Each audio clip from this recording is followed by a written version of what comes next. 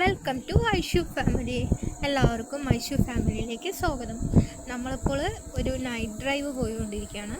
അതായത് നമ്മൾ ബീച്ചിൻ്റെ സൈഡിൽ കൂടിയാണ് നൈറ്റ് ഡ്രൈവ് പോയിക്കൊണ്ടിരിക്കുന്നത്. ഏട്ടൻ ഇതാ വണ്ടി ഓടിക്കുന്നുണ്ട്. വണ്ടി കോൺസെൻട്രേഷൻ ചെയ്ത് വണ്ടി ഓടിച്ചുകൊണ്ടിരിക്കുകയാണ്. വിജീഷ് പുൽപ്പാണ്ടി. നമ്മൾ മിനി ഗോവയിലേക്കാണ് പോയത്.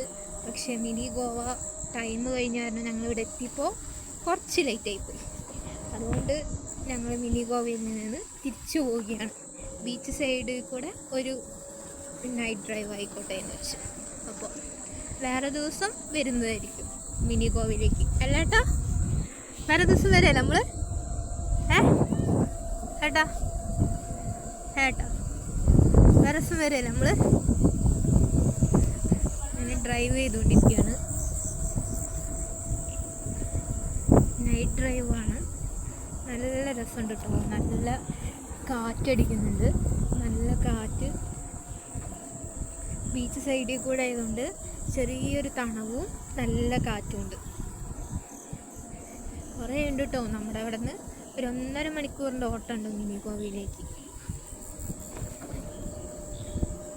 വിജീഷ് പുൽപ്പാണ്ടി അതാ വണ്ടി ഓടിക്കുന്നു. നൈറ്റ് ഇങ്ങനെ പോയിക്കൊണ്ടിരിക്കുകയാണ്.